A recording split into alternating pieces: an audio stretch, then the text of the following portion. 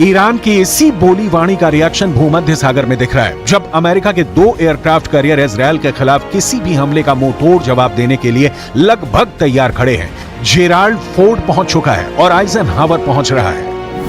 Eisenhower strike किस्म का युद्धपोत है जो परमाणु हथियार, अत्याधुनिक फाइटर जेट और रेडार सिस्टम से लैस है।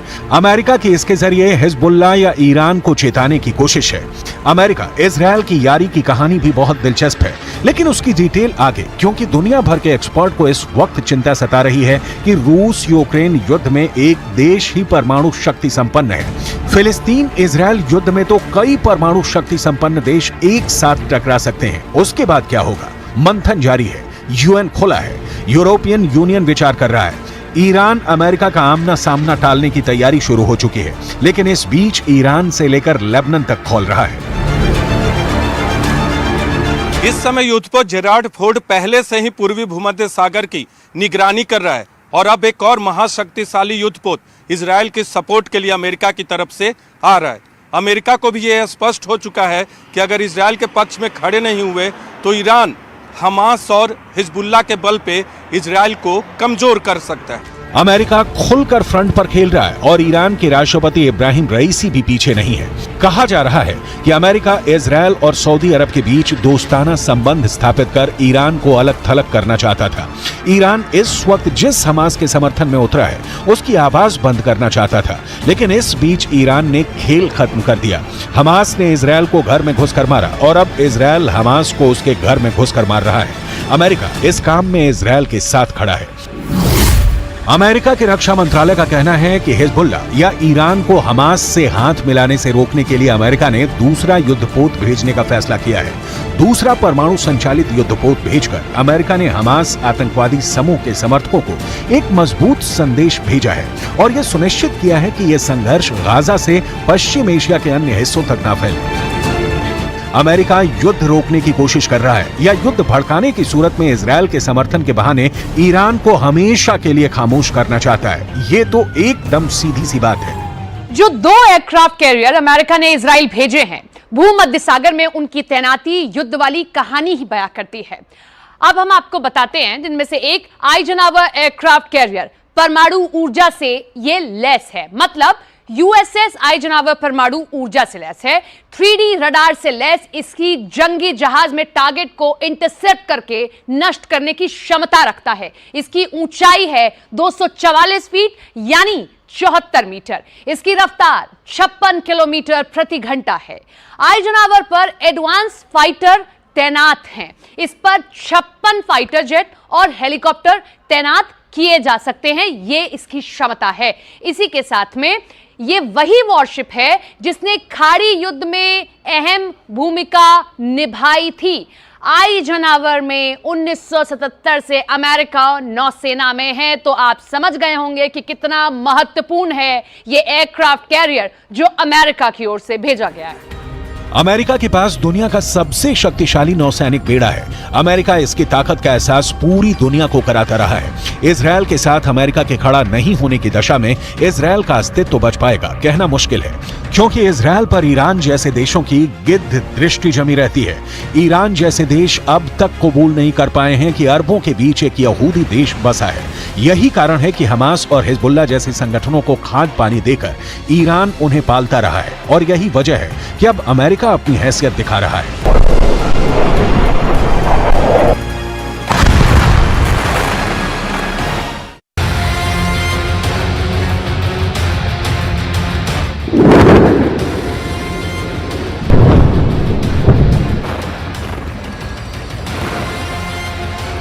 एयरक्राफ्ट कैरियर आइजनहावर के पहले अमेरिका ने जेराल्ड फोर्ड को भूमध्य सागर में उतारा। इसके बारे में हम आपको बताते हैं। परमाणु ऊर्जा से चलने वाला जेराल्ड फोर्ड 76 मीटर ऊंचा है।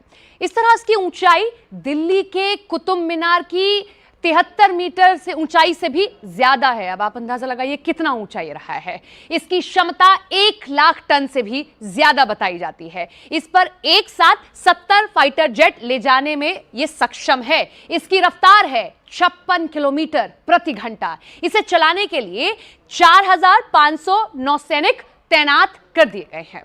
एयरक्राफ्ट कैरियर आइजनहावर और जेराल्ड फोर्ड दोनों वॉरशिप परमाणु शक्ति से संचालित हैं और क्षेत्र में किसी भी प्रमुख शक्ति से मुकाबला करने के लिए भूमि पर हमला करने वाली मिसाइलों और F-18 लड़ाकू विमानों में सैन्य शक्ति रखते हैं। अमेरिका के रक्षा मंत्री लॉयड ऑस्टिन ने कहा है कि स्ट्राइक ग्रुप को आदेश दिया है कि वो भूमध्य सागर में उत्तर में अपनी पोजीशन ले ताकि इस युद्ध को बढ़ने से रोका जा सके। इजरायल युद्ध नहीं फैलने से रोकने की बातों के बीच समंदर और आकाश दोनों में सुपर एक्टिव है। इजरायल गाजा को मिट्टी में मिला रहा है और अमेरिका समंदर और आसमान से उसकी निगरानी कर रहा है। समंदर में इजरायल को अमेरिका का सपोर्ट दिखा, अब आसमान में देखिए। यूएस एयरफोर्स सेंट्रल ने मध्य पूर्व क्षेत्र में F-15E लड़ाकू जेट और A-10 ग्राउंड अटैक जेट की तैनाती की घोषणा की है। यूएस सेंट्रल कमांड के एक सोशल मीडिया पोस्ट में कहा गया है कि A-10 इस क्षेत्र में पहले से मौजूद विमान के एक अन्य स्क्वाड्रन में शामिल होगा। अमेरिकी वायुसेना ने क्षेत्र में F-15, F-16 और A-10 लड़ाकू विमानों के स्क्वाड्रन की तैनाती की घोषणा की थी। अमेरिकी बल की स्थिति में वृद्धि इजरायल की सुरक्षा के लिए संयुक्त राज्य अमेरिका की दृढ़ प्रतिबद्धता और इस युद्ध को बढ़ाने की कोशिश करने वाले किसी भी राज्य या गैर राज्य को रोकने के हमारे संकल्प का संकेत है। इजरायल कहां जाकर रुकेगा और अमेरिका ईरान या हिजबुल्लाह को कब तक रोक पाने में कामयाब होगा, इस पर फिलहाल मंथन ही किया जा सकता है, क्योंकि कम से कम अभी तो कोई पक्ष रोकने वाला नहीं दिख रहा है। ईरान और अमेरिका के हित इजरायल और फिलिस्तीन के मुद्दे पर आकर अटक गया है। अमेरिका के प्रतिबंध से बौखलाया ईरान चाहता है कि वो अमेरिका को अपनी ताकत का एहसास कराए, जिसके पास परमाणु बम भी है और बेहतरीन ड्रोन भी। ईरान को यह भी लगता है कि अगर वो इस युद्ध में कूदता है तो अरब देशों के अलावा चीन और रूस भी उसका साथ देंगे। ये सही है कि ईरान अमेरिका से टकराया तो जंग होगी, वो रूस यूक्रेन महायुद्ध से भी बड़ा, विनाशक और मौतों वाली होगी। लेकिन इसके बीच का सच है कि दोनों युद्ध भड़का रहे हैं। ईरान हमास या हिजबुल्लाह का साथ नहीं छोड़ सकता तो अमेरिका भी इजरायल को धोखा नहीं दे सकता। अभी उसके 2 युद्धपोत ही समंदर में उतरे हैं। जरूरत पड़ी तो अमेरिका भूमध्य सागर को अपनी नौसैनिक शक्ति से मत देगा, लेकिन समस्या यह है कि ईरान अपना परमाणु बम लेकर सिर्फ इतराता रहेगा या इजरायल के अंत के लिए ईरान के राष्ट्रपति इब्राहिम रईसी भी कोई बड़ा फैसला ले सकते हैं। गाजा में इजरायल की बमबारी से करीब 2500 लोग मारे जा चुके हैं। इनमें करीब 800 तो बच्चे हैं। अब सवाल है कि जब इस बमबारी को लेकर ईरान और इजरायल एक दूसरे के खिलाफ युद्ध के लिए तैयार हैं, तो अमेरिका की क्या भूमिका है? देखिए, अमेरिका भी अपना समुद्री बेड़ा लेकर भूमध्य सागर में पहुंच चुका है। तो व्लादिमीर पुतिन क्या कर रहे हैं ये भी आपको बताएंगे। या फिर चीन ने कौन सा कदम उठाया है जो इजरायल को पीछे हटने पर मजबूर कर सकता है?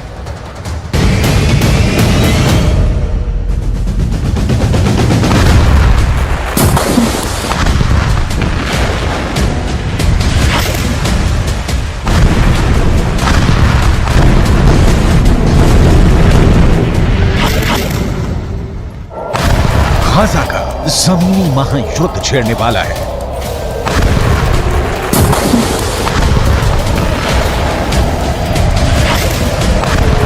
करीब 350 वर्ग किलोमीटर लंबी पट्टी अब खूनी पट्टी बनने वाली है।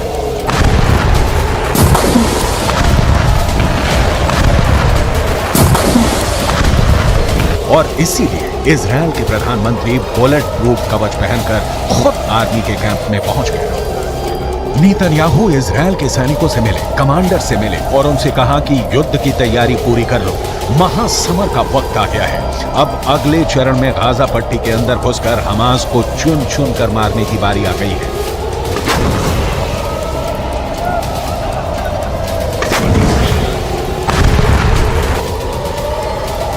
हमास ने ऐसे वक्त में इजरायल से पंगा लिया है जब इजरायल में फिलिस्तीनियों के लिए सबसे ज्यादा खतरनाक शख्स प्रधानमंत्री के रूप में काम कर रहा है।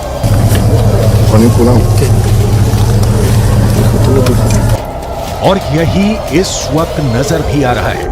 फिलिस्तीन और अरब देशों के अखबार गाजा पट्टी की जो खबरें छाप रहे हैं, उसके मुताबिक अब तक गाजा पट्टी के अंदर करीब 2500 से ज्यादा लोग मर चुके हैं। गाजा पट्टी के अंदर अब तक 700 से ज्यादा बच्चे मर चुके हैं। 450 से ज्यादा महिलाएं मर चुकी हैं। कई अरबी भाषा के अखबार दावा कर रहे हैं कि जितने लोग भी गाजा पट्टी के अंदर मारे जा रहे हैं, उनमें से 66% महिलाएं और बच्चे हैं।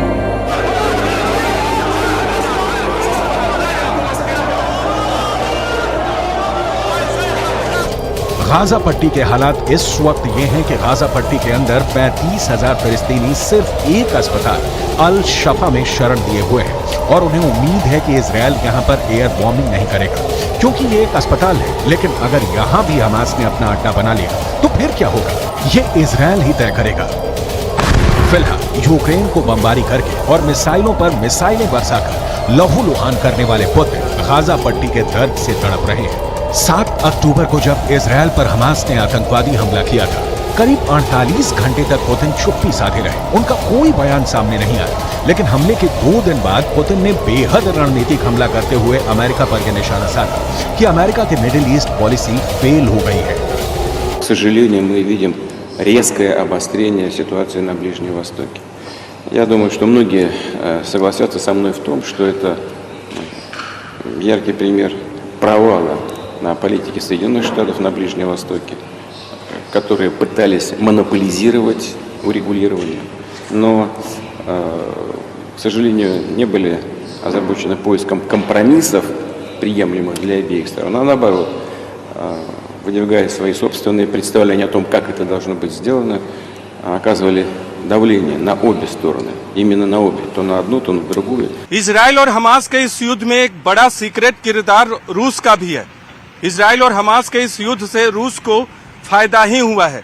एक तरफ सऊदी अरब और इजराइल के बीच समझौता खटाई में पड़ गया है, तो दूसरी तरफ अरब के इस्लामिक देशों में अमेरिका के खिलाफ नफरत भड़क उठी है।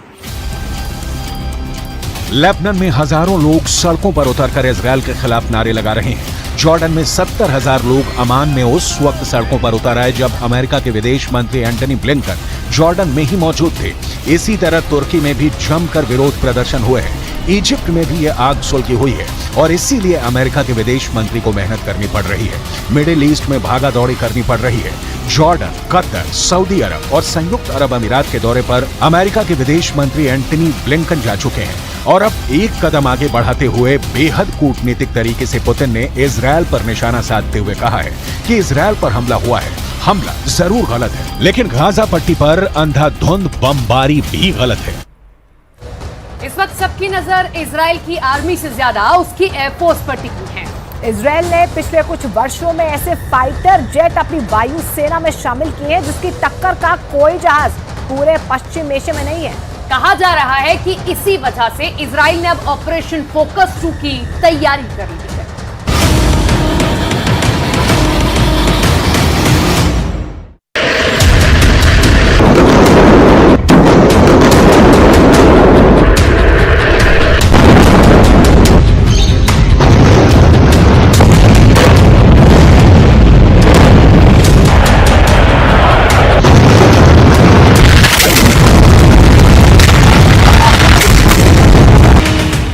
घंटे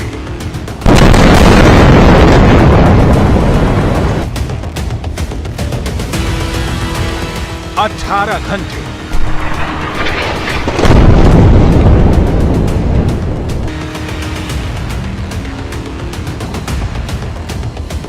24 घंटे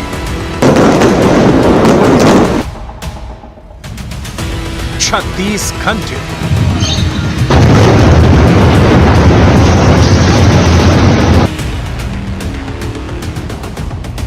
48 घंटे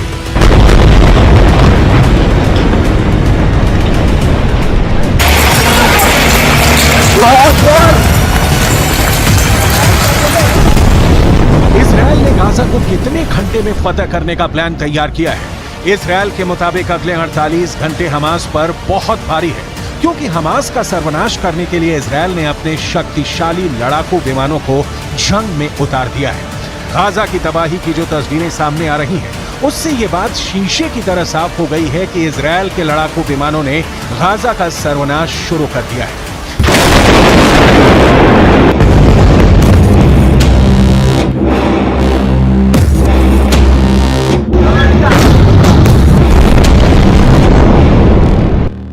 हमास का सर्वनाश वीडियो नंबर 1।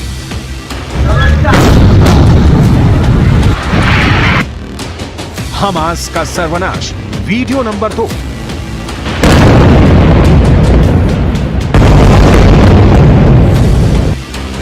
हमास का सर्वनाश वीडियो नंबर 3। हमास का सर्वनाश वीडियो नंबर 4।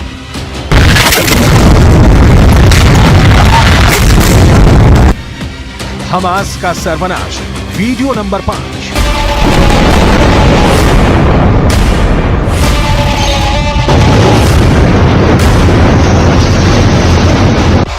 ये 5 वीडियो तो बस बानगी है। इजरायल के लड़ाकू विमान लगातार गाजा पर कहर बरपा रहे हैं। हमास से इंतकाम के लिए इजरायल ने अपने ताकतवर लड़ाकू विमानों को जंग में उतार दिया है। हमास के लड़ाकों को ढेर करने के लिए इजरायल के फाइटर जेट पूरी तरह एक्शन मोड में हैं। इजरायल के एयर स्ट्राइक से गाजा का बुरा हाल है। इजरायल के लड़ाकू विमान अपनी पूरी ताकत से हमास पर बड़े बड़े हमले कर रहे हैं। हमलों से कई मंजिलों की इमारतें ताश के पत्तों की तरह बिखर रही हैं। ऊंची ऊंची इमारतों के मलबे में बदलने में देर नहीं लग रहा।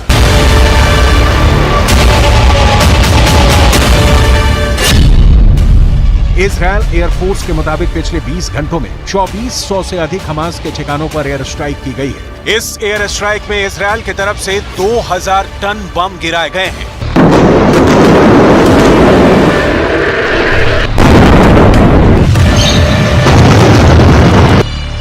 वैसे तो इजरायल की एयरफोर्स के पास जंगी हवाई जहाजों का बहुत बड़ा बेड़ा है, लेकिन उसका सबसे शक्तिशाली लड़ाकू विमान F-16IS है, जो F-16 का इजरायली मॉडल है। इजरायल की वायुसेना 2000 से ही इन लड़ाकू विमानों का इस्तेमाल कर रही है। इन 23 वर्षों में इजरायल के पायलट को F-16 से दुश्मन देश को मलबे में बदलने की महारत हासिल कर ली है।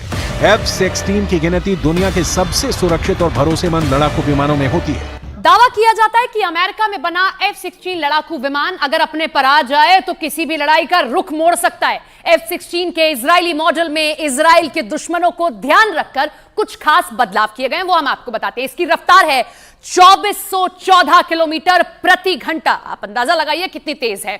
और इसके साथ ही इसकी रेंज है 4220 किलोमीटर, यानी एक उड़ान से ये इतनी दूर जाकर हमला कर सकता है। यानी 4220 किलोमीटर रेंज में ये दुश्मन का सफाया कर सकता है।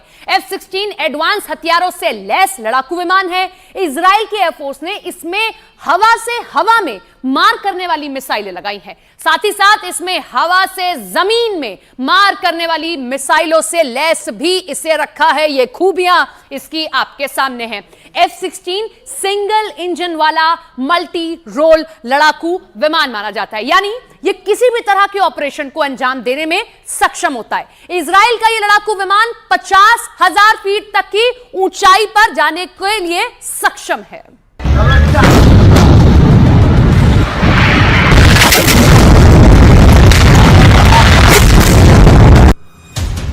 F-16 सिंगल इंजन वाला मल्टी रोल लड़ाकू विमान है, यानी ये किसी भी तरह के ऑपरेशन में काम कर सकता है। दिन हो या फिर रात, गर्मी हो या फिर बरसात, अमेरिका से इजरायल को मिला ये खास लड़ाकू विमान किसी भी मौसम में बम और मिसाइलों से हमला कर सकता है।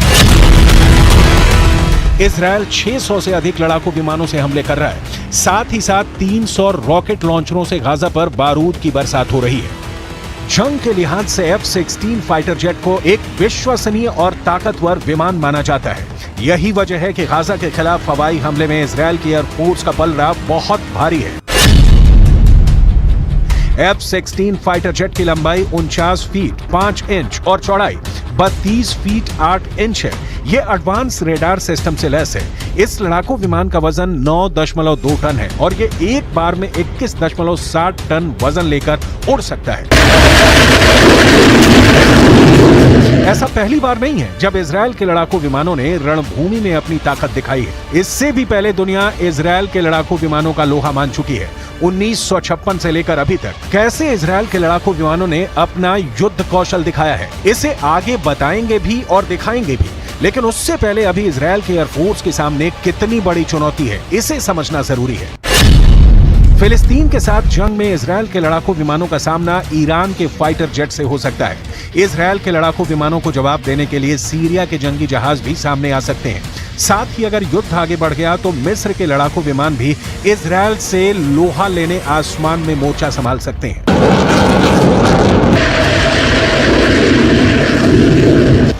कहते हैं लड़ाकू विमान किसी भी युद्ध का रुख बदल देते हैं। अगर फाइटर जेट बारूद बरसाना शुरू कर दे तो दुश्मन देश के लिए सबसे बड़े सिरदर्द साबित होते हैं। युद्ध की भाषा में कहा भी जाता है कि चाहे जंग का तरीका कितना भी क्यों न बदल जाए, युद्ध में बढ़त लेने के लिए लड़ाकू विमान सबसे कारगर साबित होते हैं। इजराइल के पास कुल 601 लड़ाकू विमान है, जिसमें सबसे अधिक 175 F-16 फाइटिंग फाल्कन लड़ाकू विमान है। इसके अलावा 84 F-15 ईगल विमान है, 25 F-15 स्ट्राइक ईगल लड़ाकू विमान है। इसके साथ ही इजराइल के एयरफोर्स के पास F-35 लाइटनिंग लड़ाकू विमानों की तादाद 39 है। इसके अलावा 75 नए F-35 लाइटनिंग विमानों का इजराइल ने ऑर्डर दे रखा है।